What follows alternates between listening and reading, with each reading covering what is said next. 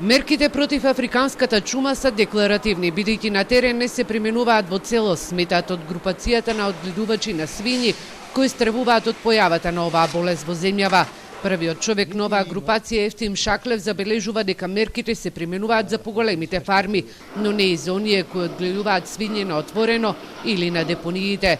Бараат од владата заклучоците за мерките против африканската чума да станат одлуки, со цел Министерството за финансии да префрли пари на Агенцијата за храна и ветеринарство. Нити има заштита на границите, мислам заштита од дезинфекција да се прави, нити има појачена контрола на личниот багаж, што викаме за тоа, нити депоните се исчистени од пуштените свињи, викаме треба да се забранат, да не се пуштени свињите, да не се ранат со помија, со ѓубреви и така натаму. Тоа исто не е направено. Според него Бадиела ангажирањето на Агенцијата за храна и ветеринарство во делот на едукативните предавања, а мерките во пракса не се спроведуваат.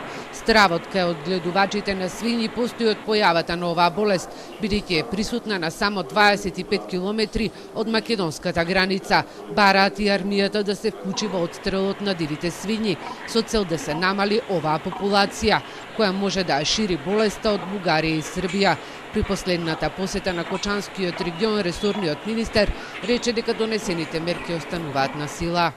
Преку Агенцијата за храна и ветеринарство е предвидена и одредена поддршка за воведување биосигурносни мерки на самите фарми, затоа што заштитата е многу важна и ќе се обидеме да спречиме болеста да не дојде кај нас. Свињарството е најбрзо растечка сточарска гранка во земјава, а појавата на оваа болест одгледувачите сметаат дека ќе биде голем удар врз економијата и уништувањето на оваа гранка.